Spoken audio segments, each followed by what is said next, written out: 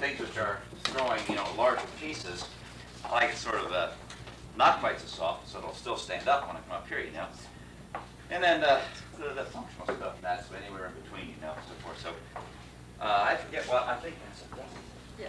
I think rust itself, what the play body is, or he can tell you what it is. I just call him on the phone going, well, that's about right, All close enough for government work, This is sort of therapy right here, but this looks like when a pharaoh go pharaoh's Popeyes. See, make a pharaoh? Watch this. That's okay, we're friends. We can talk. He makes friends too. Just put this stuff out so it still sits up. How's that working out? Okay. If we walk in front of you, is it going to be Yeah, I think a problem?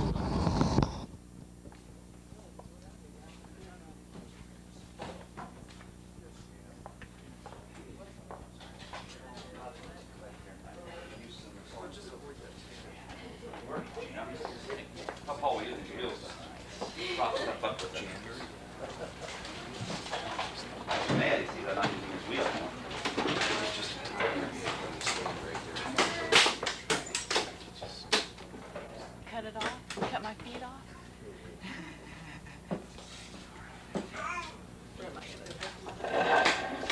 Am I okay right here? Where am I bad? Well, I'm going to do something. Well, Too hard. yes. Yeah, but Well, sometimes no, not in there, because I don't want to dig out and lower out later on. We'll jump. Just put it someplace. Yeah. see,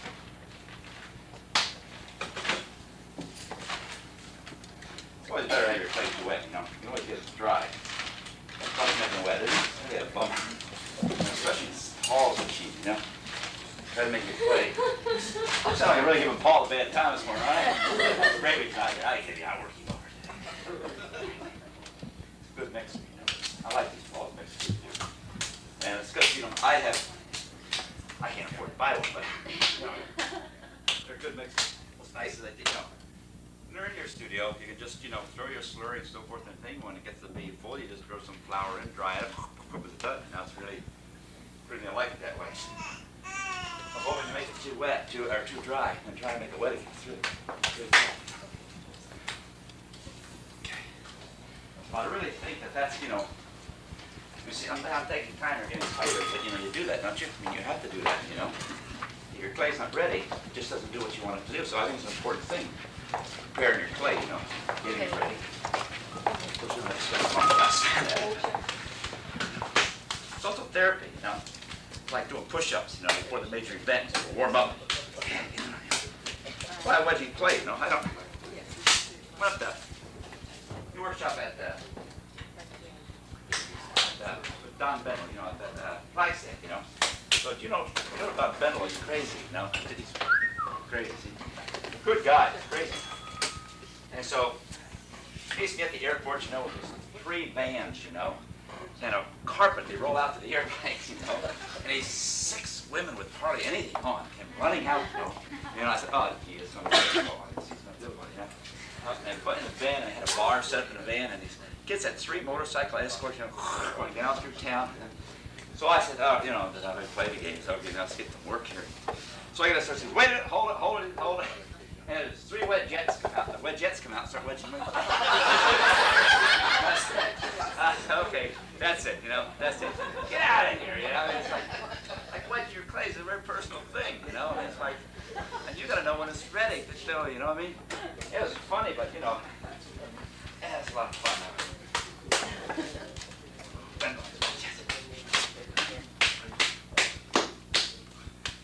I work over to Godfather's pizza place up there, too. They do a thing. You gotta make a buck, and you can't make it sound fast. We'll talk about that, too. Is that okay? About selling some of the stuff that you make? It'd be a good idea to talk about that. They don't like I know. Talk about that, as of course, because this is my toolbox.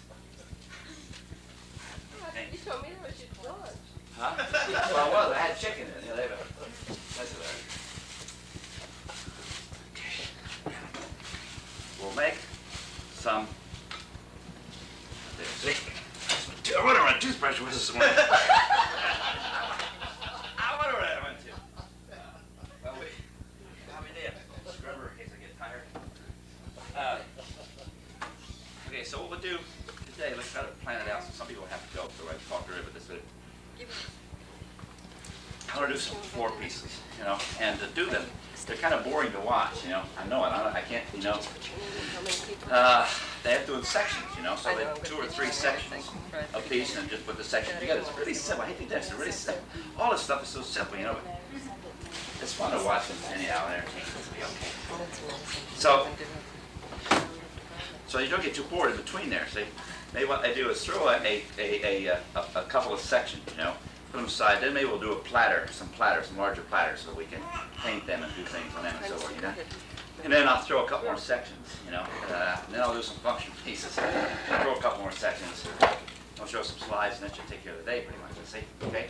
In between all this stuff, whatever you know you want to deal with and talk about and so forth. I mean, it'll all come clear. You know, don't worry about it. See. I don't worry about it, so you shouldn't worry about it.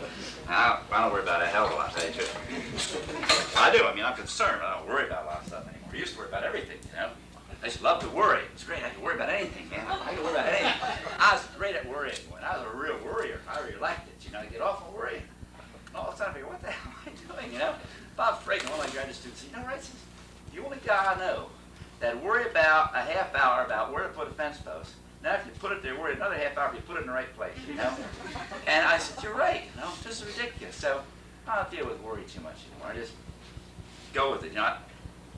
Through the clay, you know, and that's what we're talking about, actually. So, you know, we're talking about a way of life, you know. We're talking about a way of living. We're not just talking about making pots. I mean, pots is simply a consequence of living, you know, of working. The idea is simply a byproduct of thought process. That's all. You don't have to worry about the product. You know, it's always going to be there. You know, the image, the whatever, it's always going to be there. There's no... It can't not be there, you know. If you're going to make something, and you're going to make what you're dealing about in your mind and with your thoughts, you know. So if you're thinking, that's one of the things we got to do, though, you know.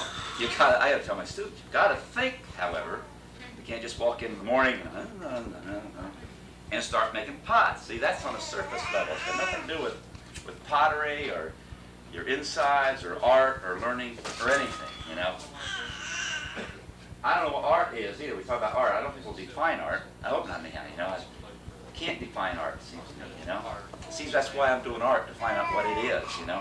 If I find out what it is, then I don't have to do it no more, you see. It's kind of what art's about for me, is to make clear. See, think about this a minute. I'll say, well, what do I think about it? That's what it is, right? It's to make clear, right? To clarify. Yeah, right. That's one part about what my work is about, is to clarify, whether it be a concept, a thought, an idea, or whatever, to me, and after I'm through with it, you might enjoy it as an object, right? That's what it's about. So therefore, as I am clarifying that, I'm also making clear more things about me, right? See, I'm finding out more about me. So art becomes a rediscovery continually about oneself. So when it comes down to the realities, it's about oneself we're dealing with, you know? We use other media and we use other catalytic agents to find out about self, you know? But that's what we're dealing with, see? And I just like clay to do that at this point because it's physical, and I like physical things, you know? I'm not very much in terms of, what would you use the words? See, I can't even think of the words, that's why I don't write, you know? If you think of the words, I'd probably write. It'd be a lot easier, you know? Just I don't, I have to make an object. But it's about that, you know? It's about discovering yourself, right? I learn so much all the time about myself, you know, and about things and about through clay or through art, not necessarily through clay all the time, you know, but clay is a really comfortable thing for me because it's a recording device, you know. I punch it and it records. Right, it records. It records everything.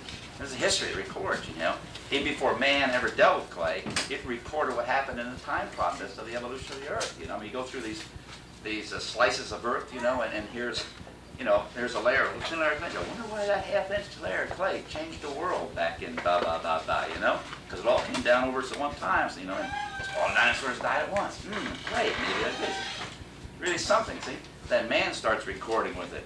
And so that after civilizations are gone, all we have are teeth, bones, and shards. I mean, that's what we got, you know? And we know about civilizations because of that, you know? It's really neat. You think about that. I won't talk all the time. Just that, you know, you think about it, because I think about it, so I'm telling you about it. That here's a material that's worthless, you know, like basically worthless. You know, farmers can't grow anything in it. Contractors hate it. It's got nothing to do with a whole lot of anything, you know. Pool builders like it. If they else had a pool power, you know. That's like 3 cents a pound or something dry. Or people would give it to you if you carried it away if it's on the land, you know what I mean? So the only worth it has is that which you as an artist, you know, it's a hell of a responsibility. Pretty neat, you know.